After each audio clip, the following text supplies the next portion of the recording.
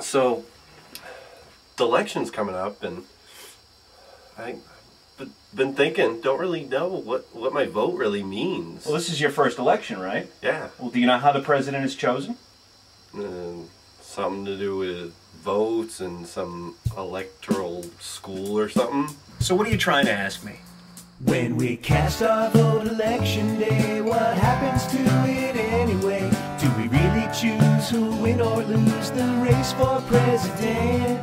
Well, it isn't quite as cut and dried as who gets the most votes nationwide. The Electoral College will decide the race for president.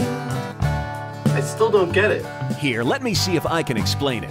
Before the election in November, each political party puts together a group of electors who say they'll vote for that party's candidate in the Electoral College. The number of electors for each state is determined by the number of U.S. senators each state has, which is always 2, plus the number of representatives each state has in the House. Really populous states like New York and California have a high number of electors, while less populous states like Alaska and Wyoming have very few. In November, voters cast their vote for a block of electors, who in turn will vote for a particular candidate. So say a Democrat gets the most votes in Texas. That means the 34 Democratic electors in Texas become that state's voting bloc. There are 538 total electoral votes in the nation, which means that the candidate who gets 270 gets the majority and becomes president.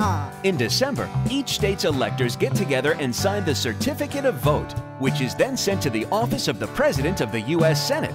Then in early January, the certificates are read and the official winner of the election is declared. So when you ask, does my vote really count? Now you know the answer. Sort of. Exactly. Hey, you know what? Now you know how the president is chosen. You just graduated from Electoral College. When we cast our vote election day, what happens to it anyway? Do we really choose who'll win or lose the race for president? Well, it isn't quite as cut and dried as who gets the most votes nationwide. The Electoral College will decide the race for president. The Electoral College will decide the race for president.